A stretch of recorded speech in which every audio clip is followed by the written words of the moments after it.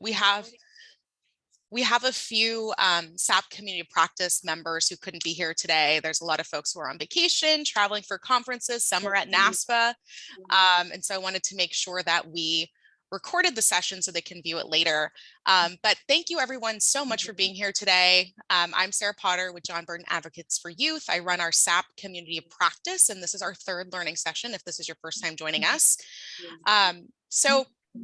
Just a quick rundown on our agenda today. We have 90 minutes together. I will do less of the talking today.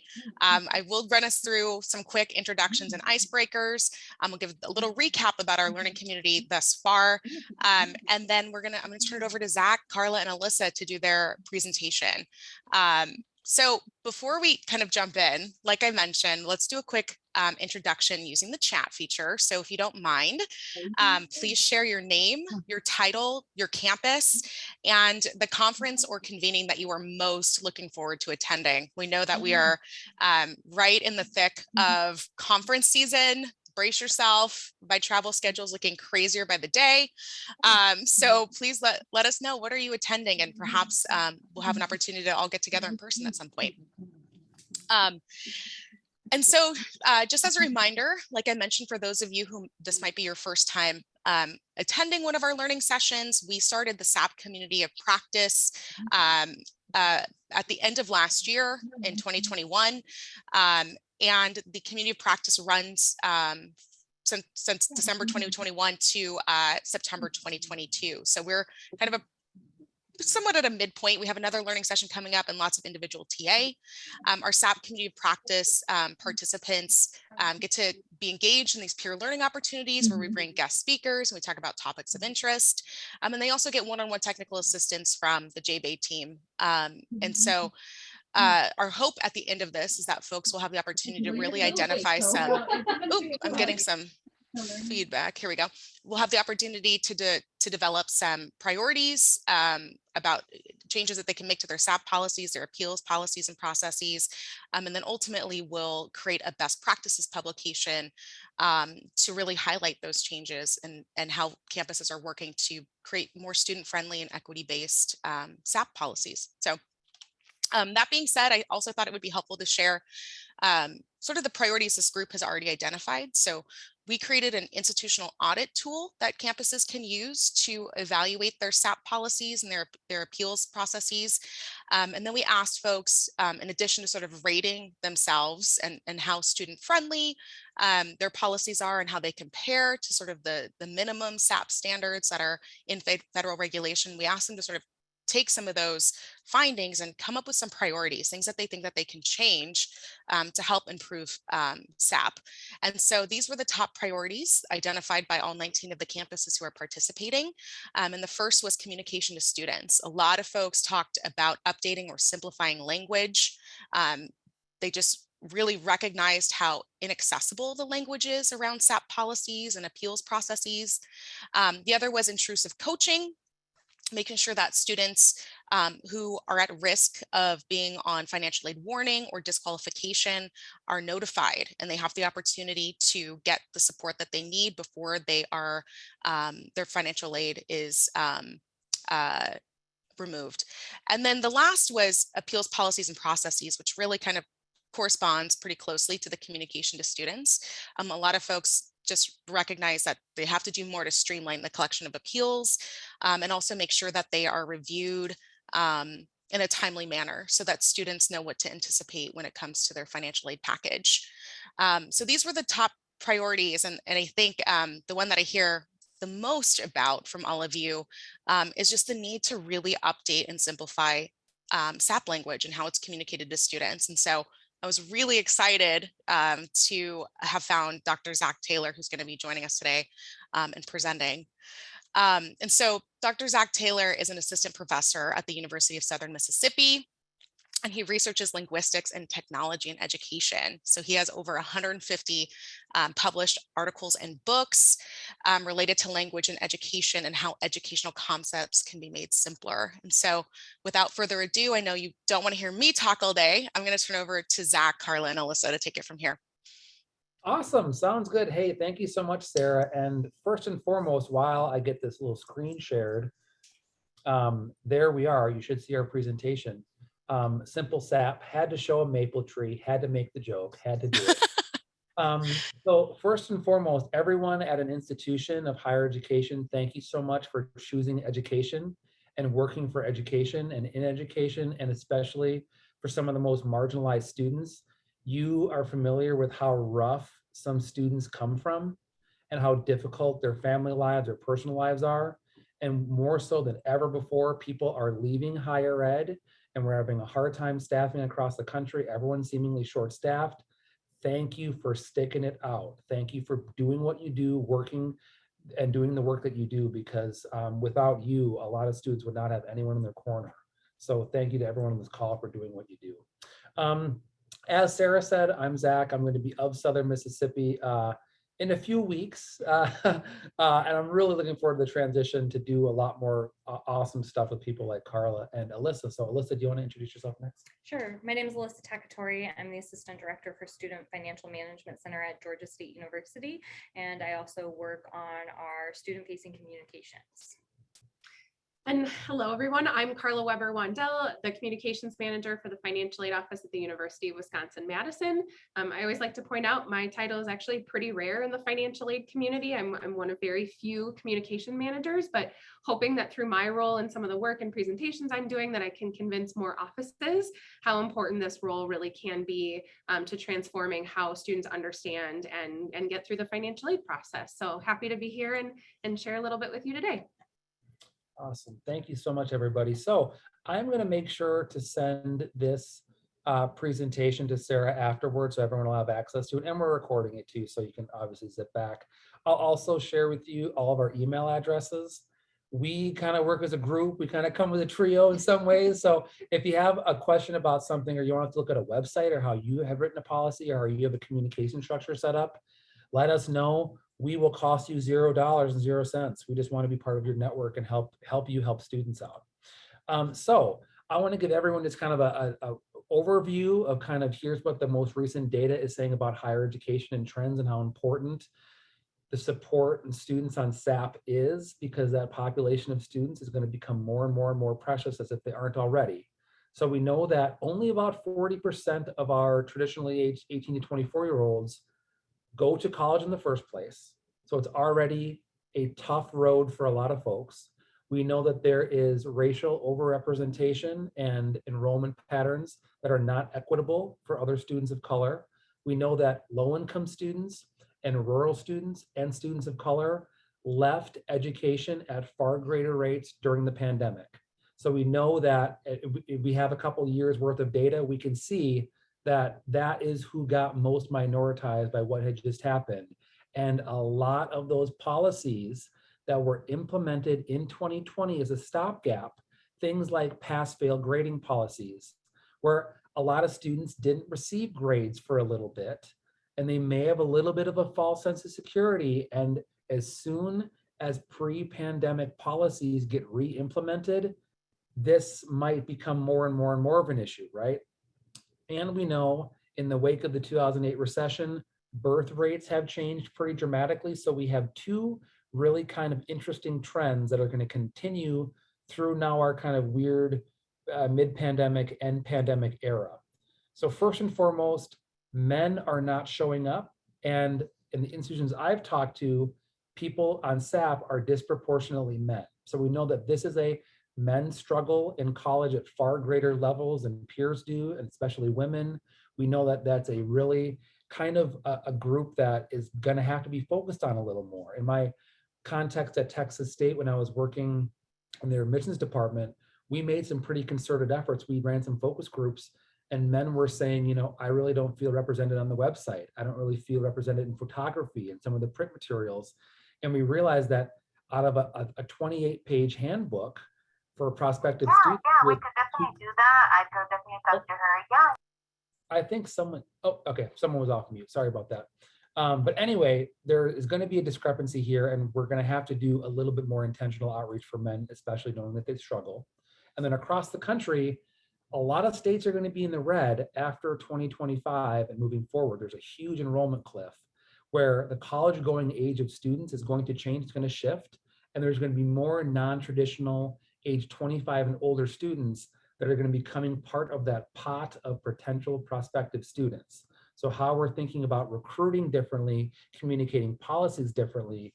You may communicate a SAP policy and a financial aid warning status differently for a 19-year-old or a 49-year-old.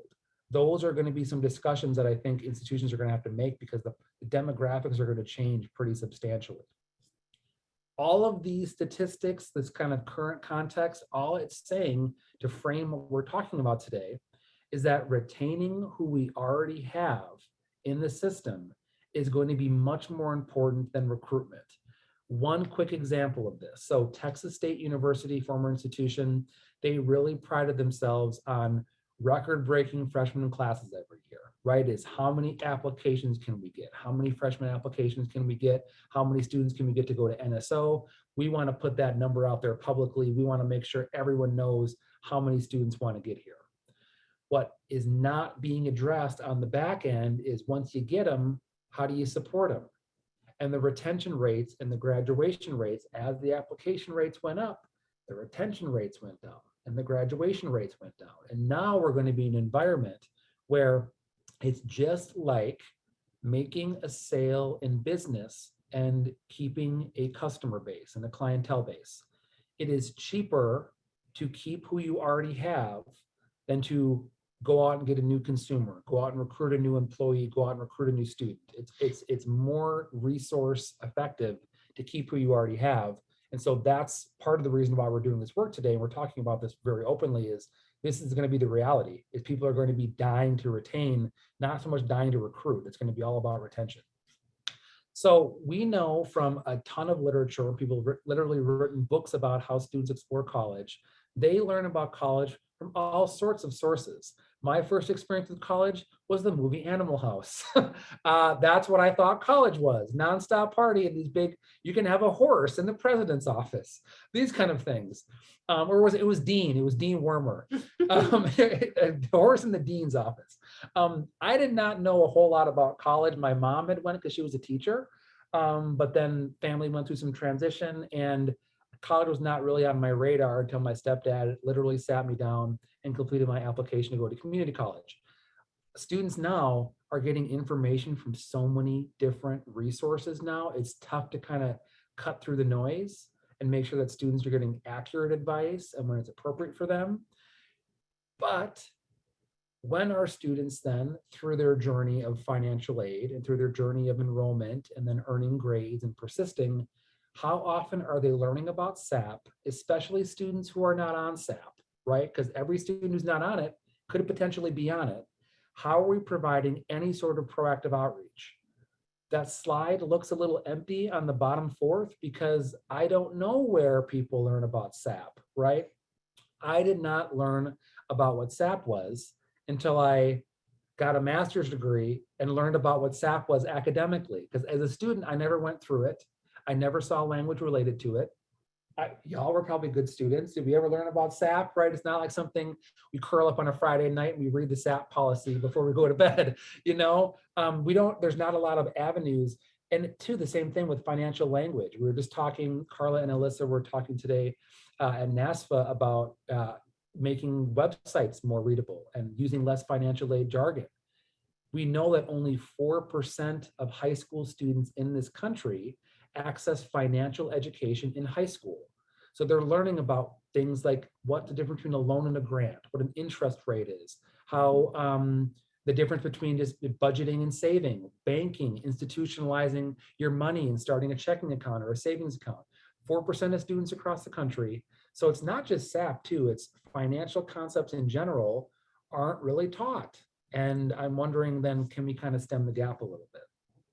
For those of you who are in the kind of nonprofit space and maybe not as familiar if you're watching this video, if you're at an institution, you probably live, eat, and breathe SAP and you're sick to death of it. But here is kind of from the regs and kind of the SAP life cycle of a traditional, typical institution. Some have different nuances. Essentially, SAP is written into an amendment of the HEA, the Higher Ed Act. So it is kind of a regulation. So institutions have to follow this thing. And they have to establish a policy of progress, which is a combination of, course progress to a degree, so actually earning credits, enrollment, and GPA, a combination of that. If a student reaches the academic probation status, usually if you slip underneath a 2.0, then something is triggered that's going to start warning you, hey, you need to improve your grades, otherwise things might happen. And institutional SAP policies, according to the regs, only have to be as strict or stricter as what the federal requirements are. So some institutions, as we might talk about, actually have stricter policies and may communicate even less with students. Things like maybe not offering a financial aid warning, for instance. I had actually, in speaking to how I may think I know a bunch about financial aid, and I thought I did, one of my co-presenters corrected me today and said, some institutions don't have to give financial aid warnings. They could actually just check your status and audit you once a year and fail you immediately. And I was like, what? That's not fair. And I thought, oh, how? And then I realized, wait a minute, if it's not fair, it might actually belong in higher ed policy. I should know better. But some institutions don't allow a financial aid warning. So even myself, someone who I thought knew quite a bit about it, I mean, all these processes can be very confusing for students, obviously. And if a student slips into that status, they have to do some academic remediation, right? Here's another process that I had assumed that a lot of institutions can do financial aid appeals, but apparently some institutions, they kind of waive that requirement and they don't allow students to do a financial aid appeal. However, students that do can be moved under financial aid probation status or eventually be moved into financial aid ineligible status. And then it becomes really, really tough for a student to persist and still get federal financial aid, right? You kind of don't tick that box anymore in some ways. And there are a couple of measures to make sure that students are continuing to make progress. The qualitative ones are kind of grade point average, what's the quality of your work, and then the quantity, how many credits you've earned. So snapshot of the SAP life cycle, short and sweet, but we all know it's a lot more complicated than that. And here's what we're going to talk about, the things that kind of matter, and we're going to break it down with a few examples for you. So we think that SAP can be simplified language-wise. So at the sentence and at the word level, depending on what point of view and person you are speaking to, are you talking about students who are seeking aid, or are you saying you, or prospective undergraduates, or you? Are you being direct with language? And is your language consistent from location to location? I found an institution's website that perhaps shall not be named. It's going to be used as an example, but they have two places where they define SAP on their website, and they use two totally different definitions. And it's really interesting because then institutions aren't even being consistent. And we know that students go from institution to institution. So it's really, really tough. And we're going to talk about some ways that you can kind of consolidate language as well. Systemically, we think there's a lot of ways that SAP can be communicated through other avenues that traditionally are used for other forms of communication. Because it's this kind of preemptive education. One of the themes is kind of early education. The more kind of policy awareness that you can embed in a student as they go on the journey, one, it's not going to be a shock to their system. And two, they will have maybe had access to some resources so they can be more self-sufficient, so students can help themselves through processes instead of having to rely on an institution, especially ones that might be lesser resourced and may not have time for one-on-ones with every single student. And then finally, technology matters. We know that attention spans for this generation can be about this long sometimes, and that the policy can be this long sometimes. And how can we drill down to what only students need to know to get through some processes? Do students need to know every single definition of everything? Do you have to show them all the policies, or can you be more strategic about knowing where the student is in the process, only communicating what they need to know, and using technology that they actually use to push that messaging out? And we're going to give you some examples of that in just a little bit. So our 8 overarching, actually, I think at 7, we're missing 4. Don't know what happened to 4. We have 7 main points that we're going to kind of sprinkle throughout what we're talking about. We kind of feel that SAP should have a dedicated presence on the website. It should be available to students, but there should be a limit to what's available. It's kind of like you don't put the entire course catalog on the website in plain text in one page that scrolls for 15 minutes. You can kind of parse out some of that language to make sure that students only get access to what they absolutely need access to. Second is kind of in keeping with cutting the bloat, making sure that you're not just posting an FAQ or posting more information when one or two students may have a very idiosyncratic problem that you think might be more widespread. This is one thing that happened in the pandemic that a lot of institutions did. They had so many questions coming at them. Students had so many different contexts. And so everything became an FAQ, and that all got put on the website. At one point, Texas State University had 180 FAQs on their financial aid website after the pandemic, and we just went through and wiped out over 120 of them because they were so nichey that one student asked that question and they thought it was frequently asked and it got on the website. So making sure that the content that you give students to navigate the SAP process isn't a hypothetical what if, it pertains to them. It's about them and their experience, not about a generalized student experience or something that someone experienced that very few others will. We also think that there is a little bit of a movement away now that web development has become a little easier. Things like WordPress has made it really easy to build websites that are readable and ADA compliant. Places like WordPress has made web publishing ridiculously easy, right? So before, a lot of policy-based documentation was a big PDF, you download it. A lot of SAP policies can be between 5 and 25 pages long. You download the PDF and you read the PDF. If we think students are doing that, I would encourage you to run Google Analytics, or there's another program called Hotjar, Hotjar, that allows you to basically to plug in one URL, and over the next month, it'll track all the clicks on the website and do a heat map for how far students scroll down and where the average percentage of students will stop and go someplace else. We were doing that with some of our admissions and financial aid documents at Texas State, and some PDFs had not been clicked on since 2017. So either it's not in the right place or they don't need to have access to the whole policy, right? That wasn't serving students, it was just more clutter. So thinking about ways to declutter and use plain text, much more ADA compliant and readable across devices. And we'll show you a bad example, but a good example in just a second of a real world website that does this to kind of mixed results. We also think people can communicate more frequently, especially as we talked about to students who are not on SAP yet, being preemptive, giving some preemptive education for those folks. Simple language and sentence structure, making sure that when you're reading something, are those 1 or 2 or 3 lines all one sentence? Or is there a way I can break up the subject and the verb in a little bit simpler format so people can easily identify the subject, the verb, and the main idea of a sentence? It's all about subject-verb agreement. And there's an example that we'll show you in a second that the entire SAP definition is all one sentence and really tough to understand. Almost last but not least, again, the kind of the direct pronoun usage, saying you, because everything pertains to the student. It's not to a hypothetical prospective undergraduate, it's to you.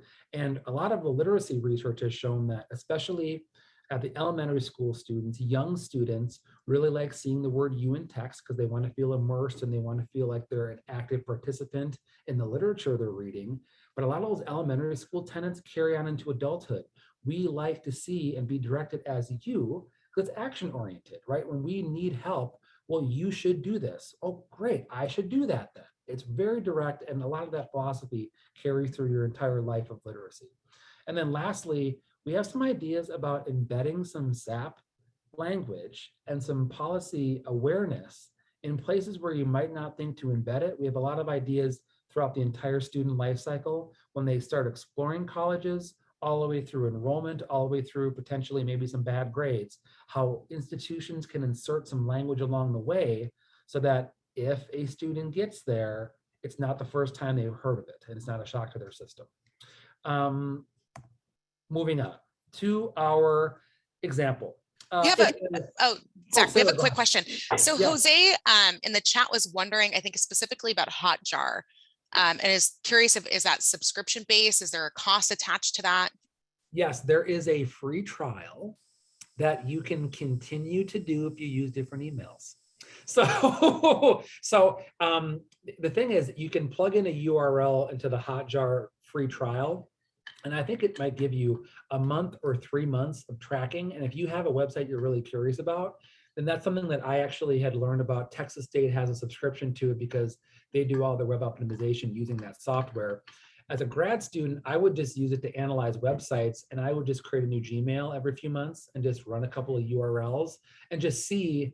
And again, institutions who have really tight budgets, take advantage of these free trials. And if you have a site that you think is heavily trafficked, your institution should have free access to Google Analytics. That should be freely available if your institution should cover you there. But if there's a page you're really curious about and you want some more in-depth stuff, use Hotjar, use the free trial, and it's really, really cool. It gives you a heat map of click rate and then the scroll rate, and it can really help you understand if you're burying too much good content. Good question. Okay, now to gently critique Arizona State. For as many great things as Arizona State has done in the online ed community, some things about their website are a little bit curious. And so I have always kind of looked at their SAP information as kind of this weird outlier. They do so many things well in the online space, but I'm not sure if this SAP information is that useful. So they do have a dedicated presence to this policy and this process on the site. So I think that is good, because if a student gets an email about it, where are they going to probably learn more? Honestly, they may be Googling it, and they may be Googling ASU SAP and just see what comes up. Well, this is what comes up. However, if you read that definition of SAP right there, those 2.5 lines, look at all of the polysyllabic words in that sentence, words like satisfactory, successfully, eligible, demonstrate, a whole bunch of verbs that sound really, really serious and really, really important. And that's all one sentence. It does say you, right? It does say you must, it does say you need. So there's some good in there, but it's all one sentence, all really long. And that is the only definition of SAP they have on this landing page. Then they ask you to review the guide.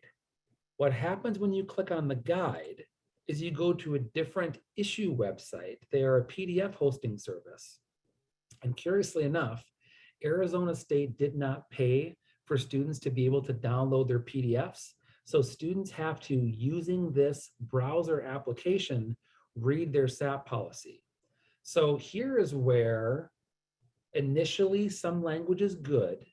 It's second person, it's direct, you must, you should.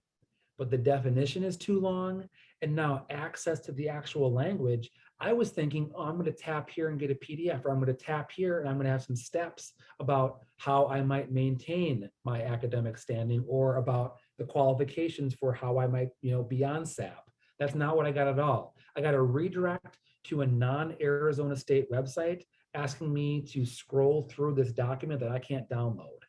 So you can see, like, I don't know, it doesn't seem student friendly. It didn't even seem adult friendly, because I was thinking, okay, I clicked through and now I'm going to issue.com. And I only remembered issue because there was an institution a long time ago that realized that instead of hosting their PDFs on issue, they could just hyperlink it on their website and not pay the contract fee. It's really interesting. Now think about a student who is really genuinely curious about getting an email about SAP and going through this process at Arizona State. So it gets a little more confusing. We don't think that's best practice.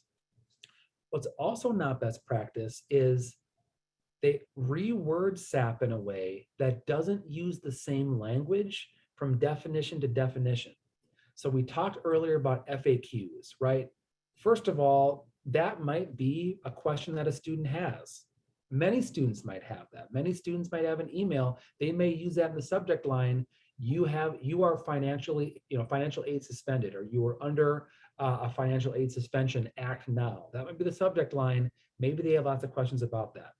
However, that does not sound or look like prior language. One thing that I see right now is, look at all these underlined resources that is in the FAQ, but not in the original definition of SAP.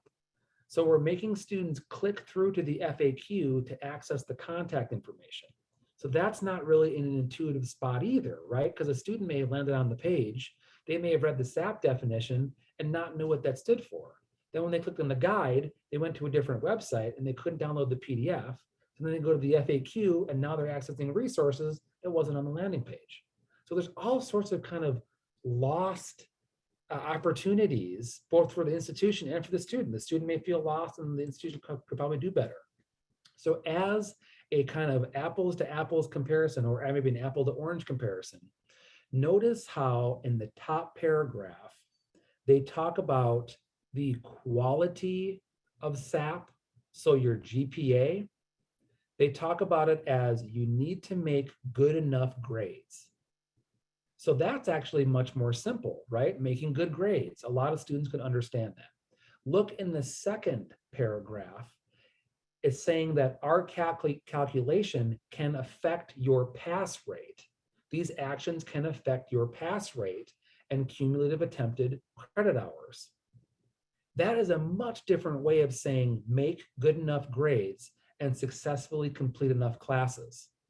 So there's making good grades, completing classes, and affecting a pass rate and a cumulative attempted credit hour load. That's way different, right? Aren't we saying the exact same things in two different ways on the same website? So here's an opportunity if you're an institution, if you do have a SAP definition, see where else it is on your website and are you being consistent? Because some students might say, oh, make good grades, complete my classes. Okay, well, I must not have made good enough grades. I must not have completed enough classes. The bottom one though, affecting my pass rate and cumulative attempted credit hours, that sounds like it's happening to me. I mean, what's happening to me? What's affecting my pass rate? It's a different way of saying the same thing, which we think is probably not best practice either. Looking at how some other institutions immediately address SAP, here are two other institutional examples that are completely different institution types. But in the Higher Ed Act of 65, everyone has to have a SAP policy. So here it is.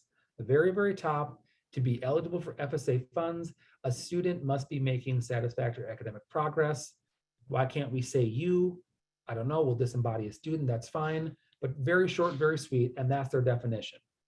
Now below, here's how a community college did it. So the above example is a huge four-year public flagship. On the bottom is a very tiny community college in Ohio.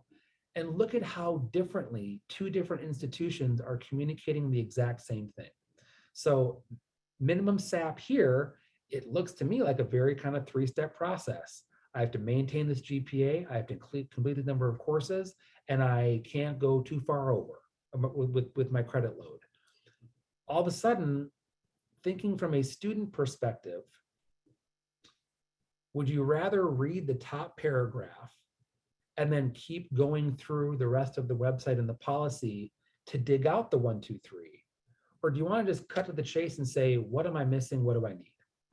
And so we're thinking there's probably a marriage in between there where you can keep the language simple, but also use a steps-based process because students want to know where they are and what could I possibly have done to get on this status.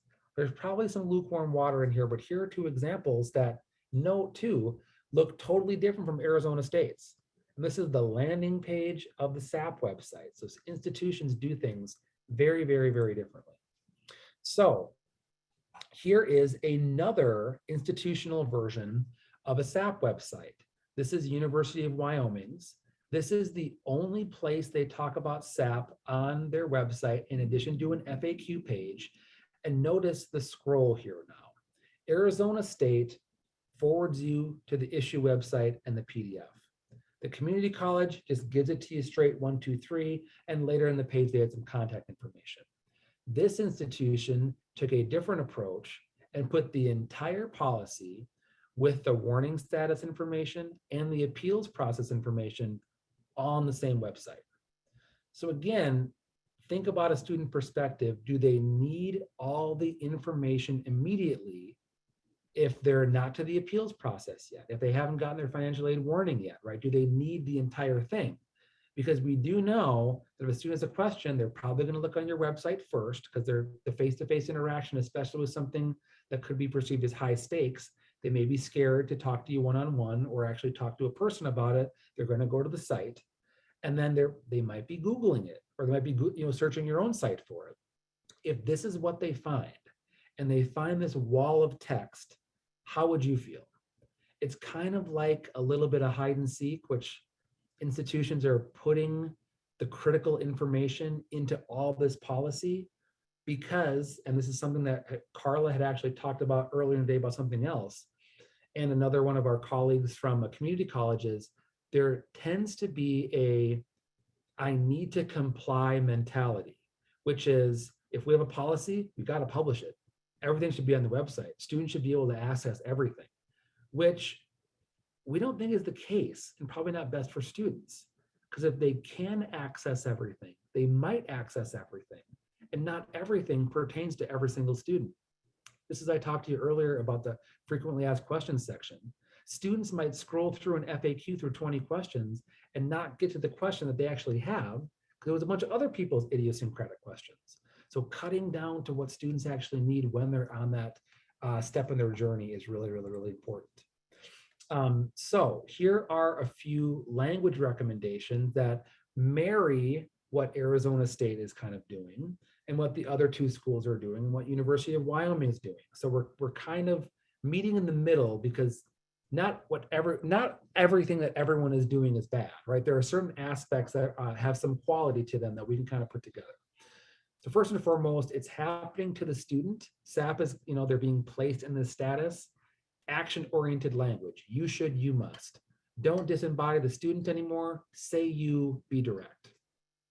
We also like the checklist style format because a student can fairly easily look at their grades and see, did I have a GPA issue? Did I have a credit issue, a course load issue? They can go through those check boxes and see for themselves and kind of verify what the institution has told them. So we kind of like the checklist style format. Instead of writing everything into a narrative, we like what that community college did in Ohio, which is here's minimum SAP, boom, boom, boom. And as you go through websites, that's actually pretty rare. A lot of schools don't use that 1, 2, 3 checklist approach of just a numbering system. We think it's very clean and it gives students something to focus on about here's what this policy actually is kind of, means to you. We also think that you should embed some resources in the text if students need some help along the way. One thing that we liked about the second Arizona State definition, even though it wasn't consistent for the first one, at least they knew that if a student's on an FAQ page, they may not have their question answered, which means we got to step in. And all of a sudden there was contact information. So on your SAP page, I am always surprised how contact information is at the very bottom. You make students read the whole thing, and then if you have a question, email this address, right, or call this phone number. Make sure contact information is at the top of the page. So if a student gets there and it's already intimidating, they can reach out right away, but then embed those resources. And we'll talk a little bit about how to meaningfully integrate technology into some SAP communication that y'all do. We also, again, I talked about this just a second ago, you don't have to give it all away.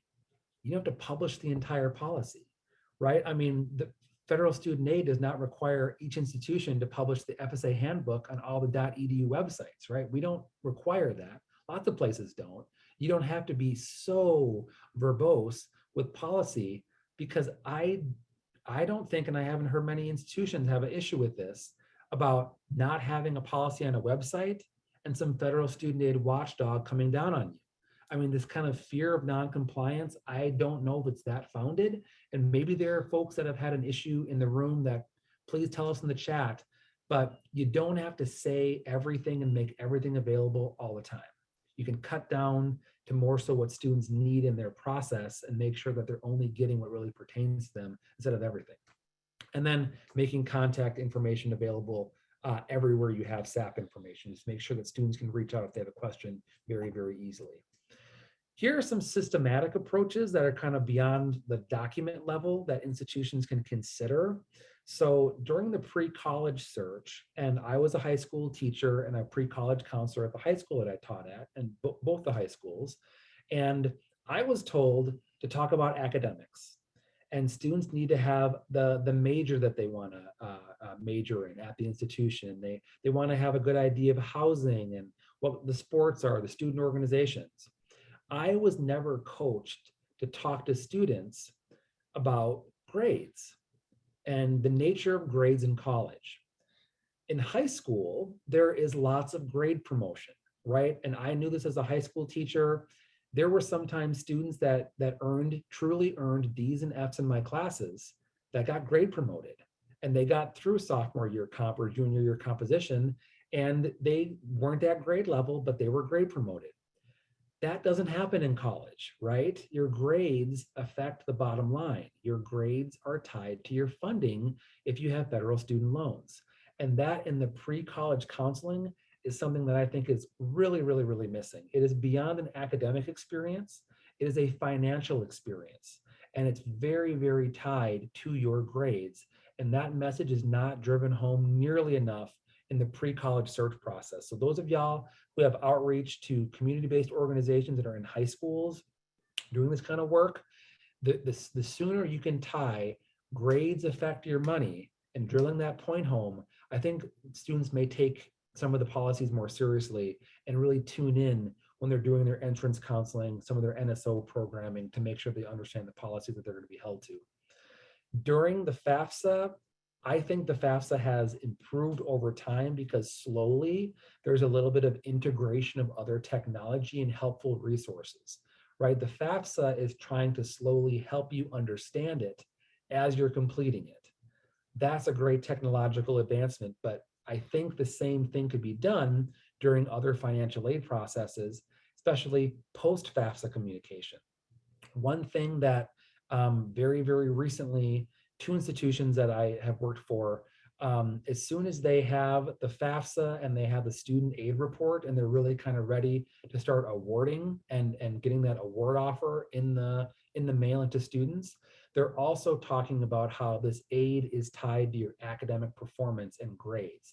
They're starting that discussion earlier and earlier as a result of getting that FAFSA from that student, and you can start officially communicating financial information with them, right? Texas State found that that was hugely beneficial, that sending that offer letter out and making sure that you had some discussion of your grades matter. This funding is contingent on you maintaining good grades. You have a question about that, ask your high school counselor or contact our office. And they put a QR code on the postcard, and that QR code got scanned like crazy, because I think students were seeing that warning saying, oh, my money is tied to grades. And there were some questions and discussions that got started. And we knew that if we sent paper home, it was much more likely to be picked up by a parent or somebody at home. And they had questions about that, like, hey, if my kid's going to take out these loans, or if my kid's going to get this funding, what do they have to do to make sure they keep it, right? So it became a family discussion and not just an individual student discussion. Third is the college tour. I, in prep of the position I had in undergraduate admissions and something that the school had me do, I went around to different schools in Texas and I took a bunch of college tours. And I was particularly interested in financial aid because I knew that each school is going to put their own flavor on student life and campus life and how to get involved and the rah stuff of it, right? But the financial stuff was extremely monotonous and boring and the same across the board. It was, we have all these great scholarships available. You got to apply for them.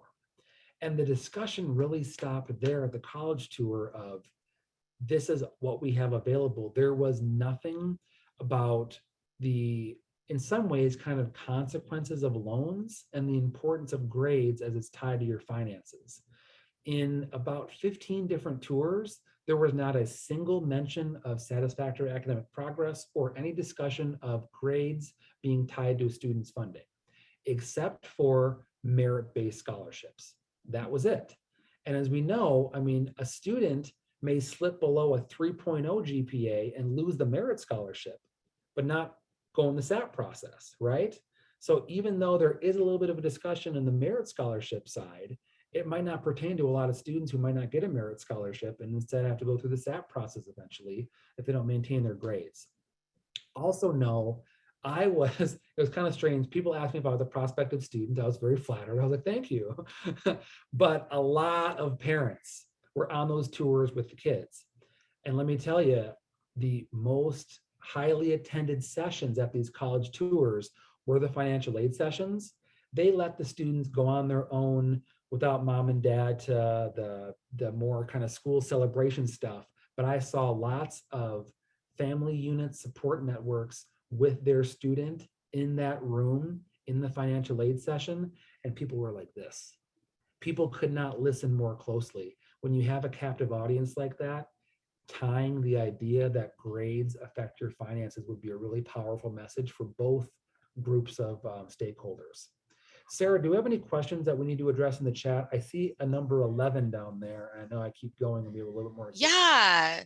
So Aisha just asked a great question. She's curious about how to talk her execs into this. So it sounds like she met a lot of resistance when they wanted to do a SAP presentation during summer orientations, but they were told no. And so I think just sort of brainstorm or think about ideas on how to get the execs on board. Okay, Carla, do you want to chime in? Yeah, I can chime in on this primarily because we actually face the same thing. And it was something I was going to comment on a little bit later, but happy to share it now that we tried for our orientation to get more touch point time with students. But unfortunately, there's a lot of us competing for that little bit of time that students have on campus. And so since I've been in financial aid, we are lucky that at this point we get 20 minutes in the 2 days that students are on campus, and we don't get it with the students, we get it with their parents. We never get to talk to the students. So we've looked at other ways of finding touch points outside of that student orientation because it's too valuable of time that all these offices are competing to get the students' attention. And even in that, we actually are hosting an event in our office this summer for some students while they're on campus. And it's interesting when every single one of them that I've met with has come in to just stop in and say hi and grab some swag from us. They all look like deer in headlights. Every single one of them, because they do this on day 2 when they're stopping by our office, they're exhausted. They've heard so much information. Are they even retaining half of what they hear in that environment? So I know there's a lot of desire to get us into that place, but I think there are even better ways that we can find to be connecting with students once they're on campus. Maybe it's during welcome week, maybe it's workshops or activities throughout the year that you can invite students to. But taking it out of that space, I think also then has better impact on the student for remembering it and being ready for it if it does happen to them.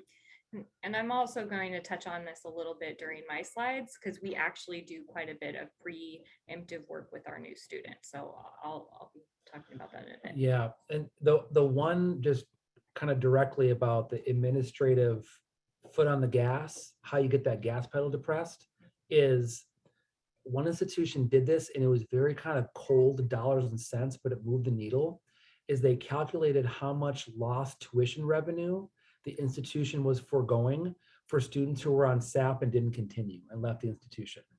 And it was tens of thousands of dollars a year. And that number got up to the VP of Enrollment Management. And then all of a sudden, financial aid had the ears on NSO to talk about SAP. So I think, again, putting it in numbers that the vice presidents, unfortunately, if they're decision makers, about who gets time when and who gets what audiences, putting it in dollars and cents and bottom line may help move the needle. It's an ugly thing to do, equating people to money. I'm not advocating for that broadly, but that has moved the needle for some folks to agree to do some things. Other systematic approaches, augmenting entrance and exit counseling on both sides. So this is for getting your aid and starting as a student and getting out and successfully repaying that aid, is students should have some sort of institutional entrance counseling that more institutionalizes and contextualizes what a student will actually experience, right? Hopefully making a communication so that students can recognize where your office is, who works at your office, frequently asked questions, where they can go, maybe having them sign up for text messaging if you have that capability. Can we text message you with an update on when your next semester award might be ready or when your grades are posted, something like that, Texas State is experimenting a little bit with the text messaging kind of early alert system, so that when students reach certain statuses and academic milestones, they get automatic text nudges. We'll talk about that in a second. But I think augmenting some of the entrance exit counseling would be really helpful. And it's not like other things aren't mandated. I mean, we mandate vaccination records, we mandate all proof of residency in Texas is huge. I mean, the whole documentation process, documenting residency. We require students to do a lot of other things. SAP and getting financial aid can affect all students, so I'm not sure why we can't institutionalize that in a more meaningful way. As Alyssa or Carla said, on those welcome weeks, Texas State had Bobcat days, which are student preview days for admitted students, a great time to do that. To echo Carla and what Alyssa said earlier, everyone wants that captive audience student time, but if you can make the connection between grades and money, and your grades have an impact on that, and especially the rest of the campus community, because I think some faculty members are completely oblivious to institutional policies, and they may see things differently and potentially step in and help students, extend some olive branches. I know before I submit my final grades, I check my students' grades to see where they are in other classes. And if a student's on the border, and I know my grade might push them over the 2.0 range and maybe underneath, I usually email that student and say, hey, is there a way that we can get together and get you to do something extra? And I think a lot of times, if that connection between grades and money isn't throughout the entire campus during NSO and a little more visible for other faculty and staff members, Carla had a great suggestion that we added to the bottom about academic advising. Academic advising doesn't have to be semester to semester. What are you taking? What degree plan? It can be a progress check that can circle back to financial aid, right? And that academic advising appointment, if you think back to the next semester, go back a semester and say, hey, you had a 3.5 GPA. You're making great academic progress. Like, you're in no danger of losing your loans. Good job. Like, that can be a celebratory moment and an opportunity to do some institutional education about those policies. If something does happen, a student hasn't heard that language for the first time. And I think advising could be more strategic in that way. Other systematic approaches, this is something that I got an idea from for all of the HERF and Carissa funds that schools were giving out during the pandemic. I was asked to put about an 800-word basic needs and CARES Act policy into the syllabus of the course that I taught. And that brought my syllabus to like 3,000 words. It was like 12 pages. I'm thinking, students, I'm just going to teach it on the first day and I'll remind students because I know that they're probably not going to read it. A lot of stuff is in the syllabus, and syllabi at colleges are very, very bloated. I think something that could be very easily justified if you got a hold of the faculty senate folks on your campus is, can we have a little discussion on there that your grade in this course influences your aid? Grades matter. It can be right underneath the grading scale. The grades you earn may affect your academic standing at the institution. Scan this QR code for more details. That might go a long way. And students have the most face-to-face time than anybody else on campus than with faculty. It is that one-to-one time, that classroom time. They have that student audience for more than anybody else does. The more we can leverage them to communicate for financial aid offices, the better. Also, through some emails, what emails do we know that students read? The ones that we like to read, ones that are more cheery in tone, ones that are interesting, the ones that are about us. So if you can embed SAP into more grade-related emails, this is one thing that I suggested that Texas State does, is when we send out that email from Canvas that says your final grades have been posted, check Canvas for your semester grades. We should also say, check your grades and your academic status or your academic progress, and get some of that language in there so students know that, oh, my grades are tied to my money and I did a good job this semester, I'll keep my aid. That could be a really teachable moment. And let me tell you, we had a 90% open rate on a campus-wide email that grades were posted within 5 minutes of its sending during Christmas break. 90% open rate during Christmas break because students are waiting for that grade email. They want to know how they did. I mean, I had students emailing me 2 days after finals saying, when are you gonna post grades? Like, chill, it was Sunday, right? I'll get to it. I got them in on time, but students are chomping at the bit oftentimes and learn about what their grades are. Can we institute a little bit of policy in there as well? So students are learning through that process of getting their grades and maintaining their aid. Embedding SAP language and reminders. We use a CRM called Slate. A lot of other schools use different things, but we actually had a little notification go out that after grades were posted, it was a joint message through financial aid about checking your academic progress on your CATS web, which is basically the Texas State Student Portal. And students did click through that. It wasn't as popular, but students did tap on that text message and they did go to that website because it was, again, tied to their grades and tied to their money. That's what we kind of talked about in the message. And we also wrote a parent email campaign. So last bullet point there is embedding information for parents. We started a brand new parent campaign. Every single parent that helps a student complete a FAFSA, we got a big list from financial aid, a big list from alumni relations, and then a big list from all the application systems where students listed all their parents in the applications. We compile all those together, and then we send an email in October that reminds all the parents about the FAFSA opening, and we send an email every December and in May for parents to be aware that grades were awarded and that you know, ask your student about how they did and ask your student about their academic progress. And we linked them to the SAP policy in our SAP website. That went right to parents. So hopefully then the discussion more takes place in the home or whatever the support system looks like for the student to make sure that they have more of a discussion going on with somebody else so they don't feel like they're alone in going through the process. There are a couple of other tech approaches. I've talked to a couple of them already. Text messaging capabilities. Again, we sent that text message that was, hey, Chris, grades have been posted, check your grades and your progress. And we linked them to their student portal, which had a little snippet about SAP, which linked them away to the SAP website. So it's a little bit of a nudge, even for students who had a straight 4.0, right? All the students had that little nudge to the SAP if they were curious about their standing. We also were working on push notifications on the Texas State app. Students are able to check their grades through the app. There's a single sign-on mechanism where a student can log into the app and then get directed to their student portal. We actually put a little notification that was a, hey, check your grades, review your status, and it actually went to that same site that we linked to the text message that had their GPA semesterly and cumulative and a little bit of a resource for SAP. Also think about how you create kind of navigational content. So, you know, really short form videos and short form audio are very popular with students. They're much more likely to watch a 30-second video than read a 2-page policy, right? And in 30 seconds, they might be able to read that 2-page policy. It's all about the packaging and how attractive you can make it for students.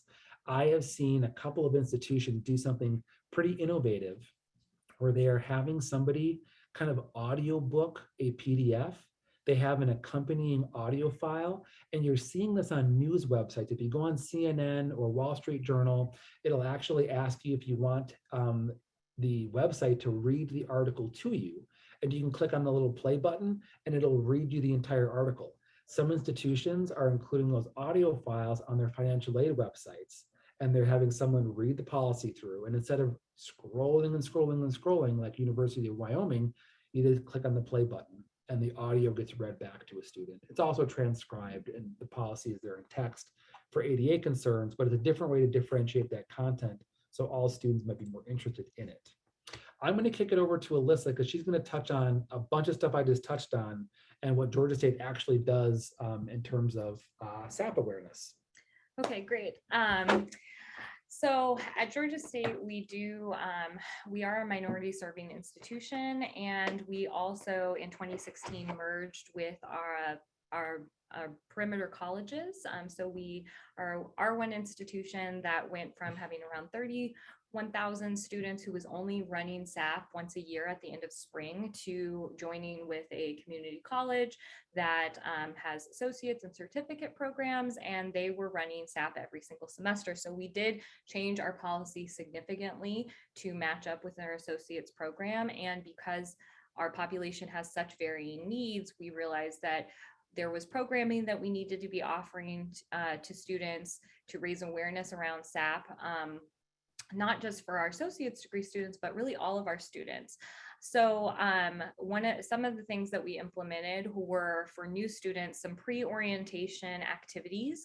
So we often feel that by the time our students get to NSO, they are either asking questions about financial aid, or they have all of these questions that they ask. So we do try to preemptively offer financing your education webinars through their application process. We know that process starts up in very late fall or even prior to fall for some of our new students coming in for fall.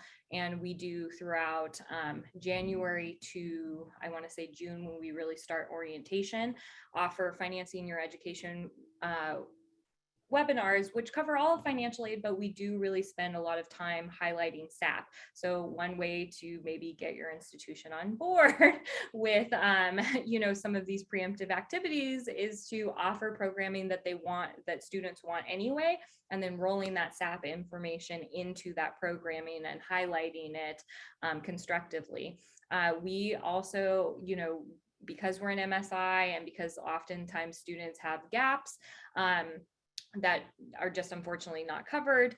We get a lot of participation. We are asked to participate at every single new student orientation. We don't have that problem about getting a space in the room. We are high in demand. And so we take that financing your education webinar straight into NSO, but hopefully most of those students have already heard that information because they've hopefully attended some of those virtual sessions that we offer. We also offer new student advising appointments, and we do break these advising appointments up by type of students. So we are giving out new student advising. We go through a big blue budget, and we do make a significant point of going through Satisfactory academic progress, especially for transitioning students who are going to from associate level to a bachelor's program, or from a bachelor's to a master's, or if they're transitioning in from another college, we're really sitting down with them and trying to look at where they're at with satisfactory academic progress and making sure that we are really going through and highlighting things for them. We also have at Georgia State, if you've ever heard of any of our programming, what we call freshman learning communities, where we cohort up the students based on their program to create these little freshman learning communities. So they have this peer group that they're going through these groups of classes with. One of those classes is GSU 1010 class. It's, I think, the Business of College 101, right, where we cover all of that information that they need to know as a student. And some of the programming in those courses is all about SAP. In addition to that, we have very interestingly, what we found also by making this transition to every semester that we're evaluating SAP, we were finding lots of students would get to the SAP period previously with Georgia State. They'd get to the end of spring and they would be like completely floored that they were not meeting SAP. It was maybe sometimes the first time they were hearing about this.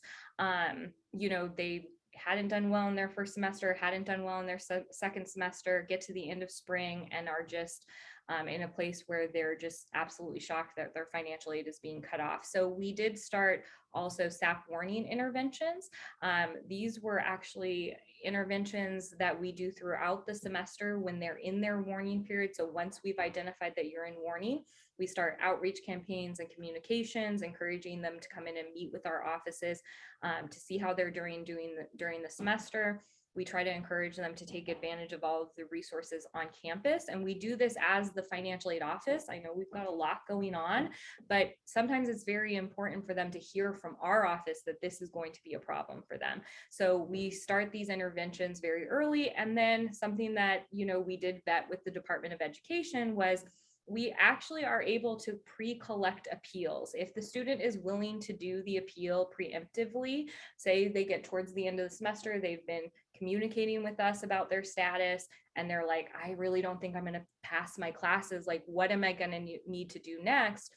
Some of the challenges that we were finding was that sometimes the evaluation period for SAP and the start of the next semester, especially if you're attending in summer, is so close together that some students just didn't have time to complete the appeal. So we were starting some of those activities early, talking to them about what were your mitigating circumstances, what issues were you running into these semesters, and trying to get some of that information in advance, and even allowing them to turn it in prior to actually officially failing SAP, just based on the fact that they were telling us, I'm not passing my classes and I'm very worried now because you've told me this is a problem. And then we also have a Keep SAP Alive program. This is based off of a Hope Scholarship program. So in Georgia, we have Hope Scholarship, which is amazing. But, sometimes students lose that merit scholarship, right? And so we had started this scholarship programming, $500, keep going. We believe in you. You can do it. We're going to give you $500 to continue on. And we looked at that and said, well, why aren't we doing that for SAP? Like SAP students need that even more because they've lost all of their funding. So we do some limited scholarship funding, after they've lost eligibility, to encourage them to keep going on, complete the appeal. And even if you, and once you've appealed, we'll incentivize you a little bit to continue on and hopefully help you ease that burden of, trying to get back into good standing. Some other just very quick tips that I just think are important to highlight is, again, with the language, something as simple as changing the way you're talking about, students who have maybe transferred around programs, right? And they're maybe going to reach the 150% limit. And it's really not that they're not meeting their GPA requirements or pace of progress. It's that they've exhausted maybe almost all of their eligible credit hours, right? So we've kind of changed, we require an academic plan for most of our SAP appeals, and something as simple as changing the name of that form for students that are just really almost reaching the maximum time frame, and saying what we need from you is a graduation plan. What's your plan to graduate? Because we believe in you. We see that you are doing what you're supposed to be doing, that you maybe transferred a couple of times and or changed programs a couple of times, but how close are you to being done, so we can just quickly evaluate whether or not you should still receive this funding. We also changed our communications very significantly. We try to use very positive language. We don't start out saying you are not meeting SAP, you failed to meet the standard. We try to say, hey, we believe in you. We understand that college can be very challenging. Different students run into all kinds of different problems. And we do try to simplify the process significantly. We've run all kinds of experiments on like, hey, if you'll just reply to this email, we'll send you everything that you need to do. And that alone just increased our responsiveness from students. So just little changes that you make like that, right, can really pay off dividends. Through our SAP warning initiatives, we've really cut down the amount of students that come to us and tell us, I didn't know about this. I didn't know this was going to be a problem for me. The amount of shock that we have when students finally fail out of SAP is greatly reduced just through some of this messaging. And that alone, just raising the awareness across campus, I think does pay dividends in terms of, getting these students back on track and, or, even keeping some of them on track. So that's what Georgia State's been doing. Awesome. So I'm going to quickly, just as we're transitioning, have a couple of questions in the chat, and we should answer those in just a little bit. I'm going to actually have Carla give a little bit of context about what UW-Madison does, and then we're going to circle back to some of those questions, as Carla might actually answer some of those questions. Yeah, it's So, possible. So really what I'm focusing on in terms of UW-Madison is the kind of simplifying of our website and what's on there for our satisfactory academic progress, and just the process as well. So we really did a lot. Our website was updated officially in 2018. It was actually one of the first things I did when I took over the communications manager role for our office, was to kind of just overhaul our website. And SAP was one of those areas that we wanted to make sure was on the website, very clear, very concise. but not the ridiculous amount of information we had had on our previous site. Because similar to kind of how Zach pointed out, it wasn't getting used in the way it was that we wanted it to. And in a lot of cases, it was confusing students more than actually helping them. So what you can see below is actually the screenshot of the top of our Satisfactory academic progress section on our eligibility page. There's also a jump link right there. So it'll take you right to that section on the page you should be on. Highly recommend using that, because then we can drop that link in anywhere and it takes students not just to the web page, but to the information they need on our web page. But it's laid out exactly like a student would experience it. So what is SAP? We lay it out in that first section, very similar to that community college example. I was actually looking it up and going, oh, that kind of looks like ours, but not quite. But very similar to how they have the 3 points laid out. We are also very specific and intentional, kind of like Alyssa was saying, to be very compassionate and understanding and encouraging in a lot of the language that we're using, both on our website and in the emails. So we actually in the last year have made an active point to stop saying you are failing SAP. You will not see it on our website. You won't see it in our emails. We talk about not meeting SAP. And then it's always very encouraging. We even go as far in the email that we send out to students, and we actually, SAP just ran for us. We are one of the schools that only do it once a year.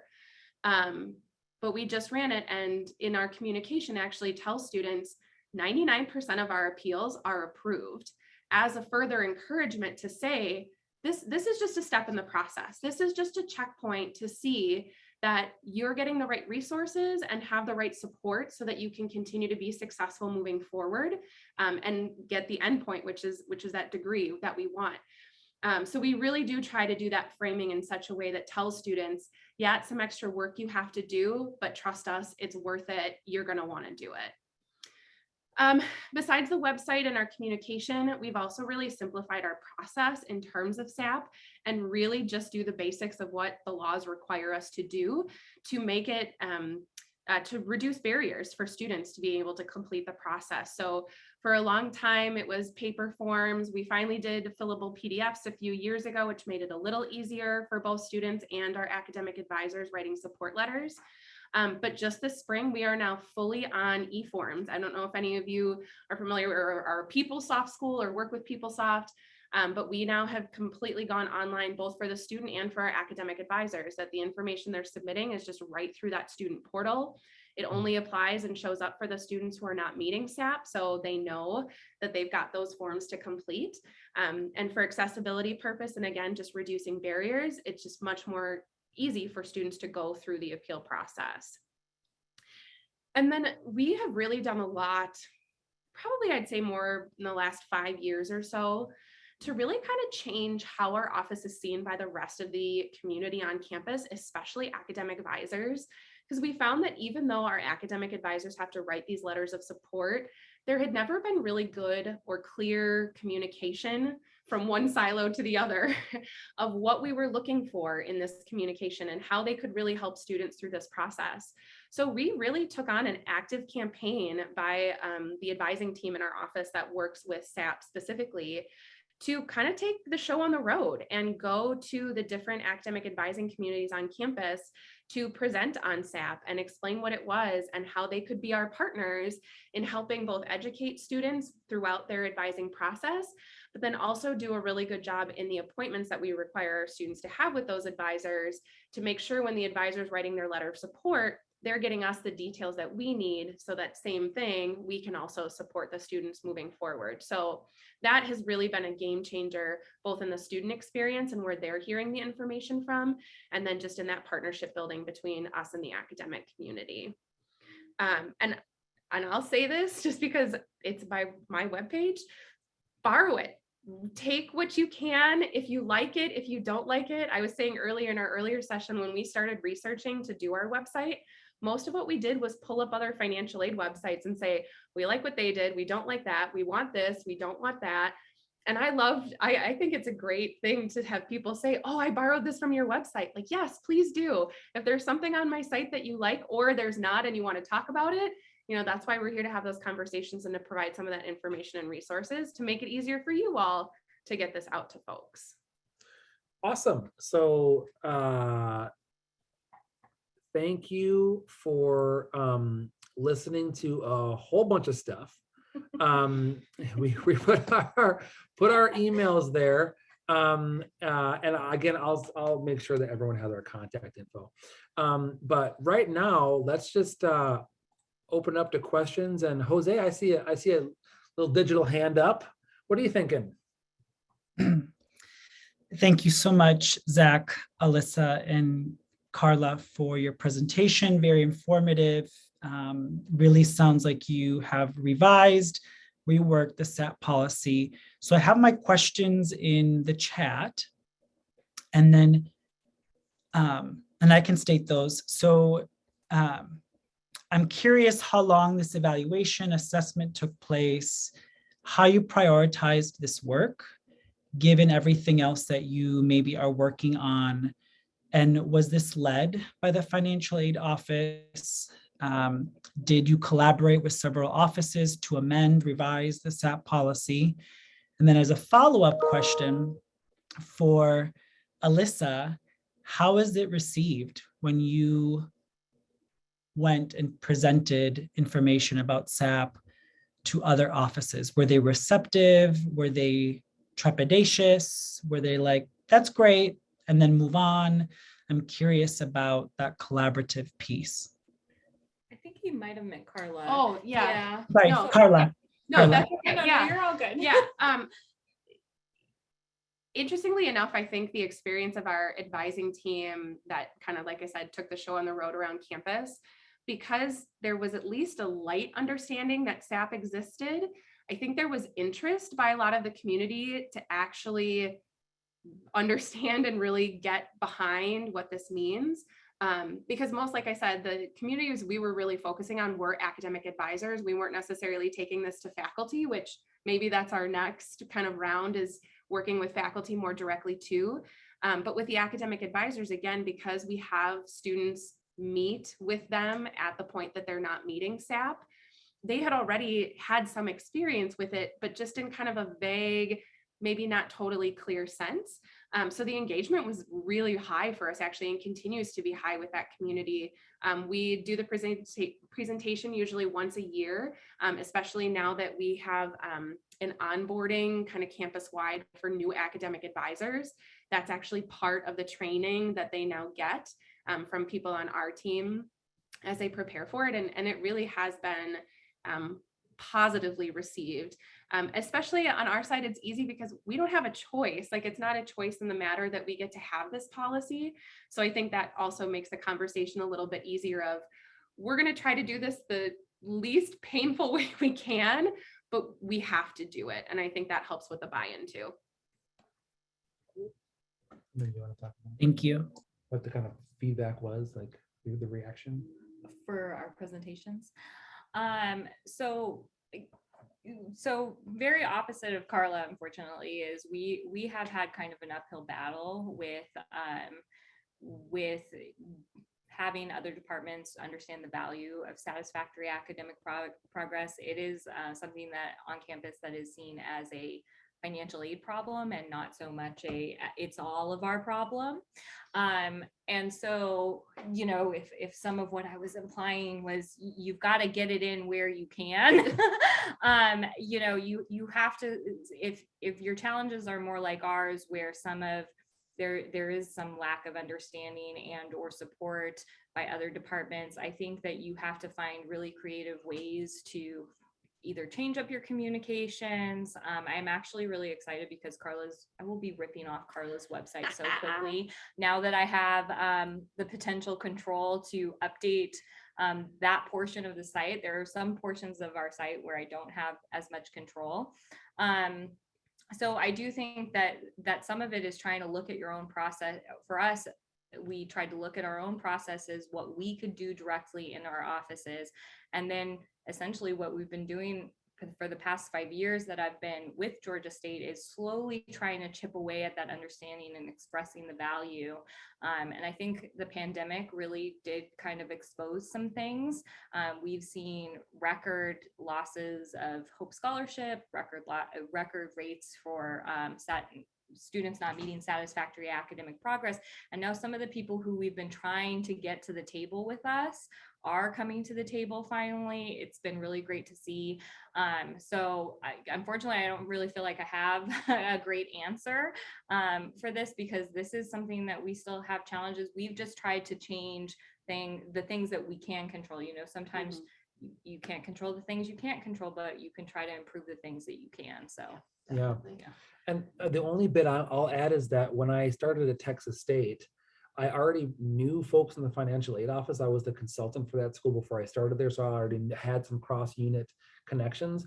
But we actually had a campus communicators Microsoft Teams thread, and the communication person on every unit on campus, these are colleges, the registrar, the financial aid office, admissions, housing, even campus police. The communication person was on that chain, and every message that got sent out, everyone read. And there were all these like, oh, hey, can I call you quick? Because all the campus communicators had that one, and maybe that's a little blessing in disguise of the pandemic, is that there wasn't that common communication thread before that happened. We also have a weekly marketing and communications meeting with central marketing, admissions, financial aid, housing, and NSO every single Monday at 2:30 p.m. It's non-negotiable every single week. Sometimes it's a 10-minute meeting. We have no updates. Sometimes it's, we're going to send a really important email out. Everyone's got to get their own flavor in there to make sure that it is accurate, it's timely, everyone can agree on the language, it's simple for students. I'm kind of the last line of auditing of, okay, sentence is too long, we need to make this more ADA compliant, larger font, that kind of thing. And then we send it out. And that's fantastic because we have that built into our schedule. It's a short Zoom meeting. We're not walking across campus. It's on Zoom. It's quick. And then that Teams chat has really centralized a lot of people and de-siloed quite a bit. Yeah. We can get to Kimberly's question. Kimberly, I love your Zoom background. That is amazing. Custom Zoom. Thank you. I love that. What's your question? Okay, so I thought it was really interesting how you talked about how retention versus recruitment, and that we should expect to have more older students come in. One of the things that I have noticed is that we have students who are returning after many years of leaving campus, and they come back and they hadn't made satisfactory academic progress. So they come back and they aren't eligible for anything based on I had one student that was 10 years ago. And have you seen any institutions doing anything to kind of honor the fact that they aren't the same person anymore? And to see what they can do to reinstate their financial aid. I can actually answer some of that as well, Kimberly. So Sure. in our report, The Overlooked Obstacle, we have several recommendations about how to ensure that students who are returning after typically years and weren't meeting SAP can regain financial aid upon enrollment. And there are some great examples in California in that report as well, where once a student indicates their intent to return, the financial aid office will work with them prior to the start of that term to get an appeal filed. And they can file an appeal and have an appeal approved upon return to have their financial aid reinstated. I will say too, as sort of just a warning, I think one of the challenges around this is it comes to the documentation that's required with SAP appeals. And we didn't touch on that a whole lot today, but I'll give an example. We worked with a student who emancipated from foster care, was pregnant, homeless during her first year in a community college here in California, and then did not meet SAP for that initial year and ultimately disenrolled. She attempted to go back 7 years later and filed an appeal upon her return. And they asked her for documentation that she was homeless, living in a van with a newborn 7 years ago, which obviously, how does someone produce such documentation, you know? So I think it's just being really thoughtful about those documentation requirements and what you really need to approve that appeal, because you can approve those appeals when students are re-enrolling after a period of disenrollment. Yeah, Sarah, I'm glad you really brought that up, because that's when I was mentioning too, when we were reevaluating our process, just as SAP appeals in general, we almost don't ask for documentation for almost any of the reasons, because if a student is putting that in a very clear statement and is putting it in enough detail that we can understand it as the advising community, why, what more documentation does there need Yeah. to be? If I could hug you right now, I would. Well, and I think it was, you know, it was hard for a lot of people on our team. You know, I think one of the questions that came up earlier too was like, how long does this take?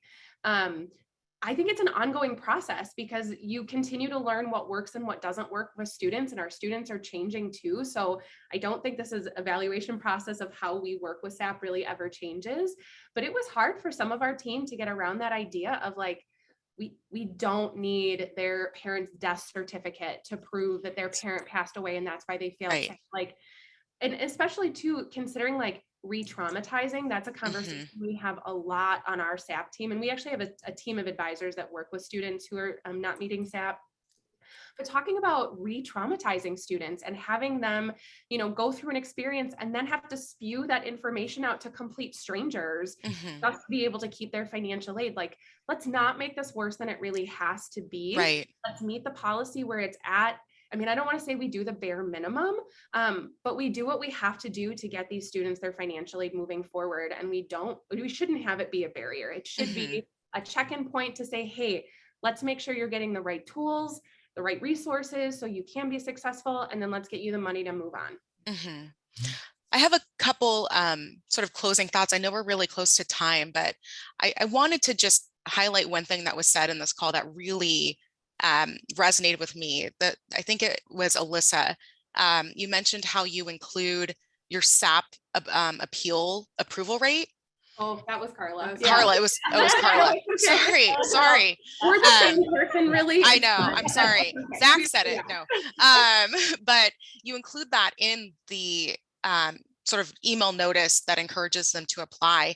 And I think that's so important because if we think about the language that we're using, we're saying SAP failure, now you have to appeal, then you're going to be on financial aid probation. We're using like really derogatory, like horrible language, right? That doesn't sound encouraging at all. But then to say, you know, 99% approval rate or 90% approval rate, I mean, that's exactly what they need to hear to be like, you know what, this is going to be worth the paperwork. This is going to be worth what, you know, this is just a step in the process. And it also got me thinking too, that a lot of our campuses that we're working with as part of this community of practice don't actually have mechanisms to track that data. So many campuses don't really know how many appeals they've processed. They can ballpark it. They don't, and they're not comparing the number of appeals that they received to the number of students that were actually disqualified from financial aid. And then less so sort of thinking about, you know, what that approval or rate looked like. So one thing that I'm going to plug, because it's my job to plug this, is we are doing SAP community practice mini grants. And so campuses in California can just write a very quick, brief application to us, and we'll fund a project up to $20,000 to help with data collection. If folks want to sort of reimburse their institution for the time that faculty or staff is spending updating SAP and appeals policies, that's an allowable use of this mini grant funding. So that application I did circulate to the group. It's due July 15th. If you have ideas or just want to run anything by me that you could potentially use that funding for, please do. Because like I said, it's really flexible and we're just trying to find, you know, what can a little bit of funding do to sort of make this process better. And I think the data is a really, really great place to start.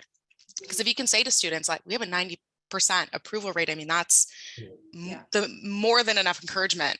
Yeah, well, and even to kind of go a little further on data too, and we're lucky, again, I always say this, like I'm at a very well-resourced school and a very well-resourced office. And so we actually have a research lab now kind of tied to our financial aid office, and they did look at our SAP numbers specifically.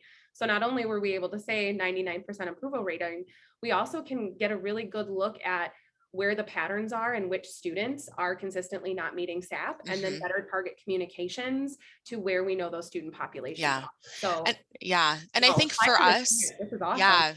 we do a lot of work around homeless and foster youth students, and we know that they're disproportionately impacted by SAP. And so we also are really trying to think through how to partner with the on-campus foster and homeless youth support programs to make sure that, you know, the adult supporters and folks who are working with them are guiding this process, and also that they understand the SAP standards and the appeals process, because often they don't.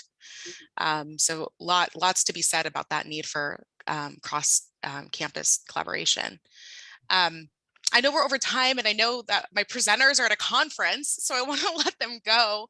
But we so appreciate you being here. I'll make sure to circulate the slides, as well as we have a quick exit survey about today's learning session. But please, I'll include your contact information, and I strongly encourage if folks have questions to either reach out to me or reach out to our presenters today, and then we'll take it from here. We got till the end of the year, this community practice goes. So we have lots of time to work on some of the ideas that were shared today. So yeah, thank you so much. I really appreciate it. Any like final thoughts, questions?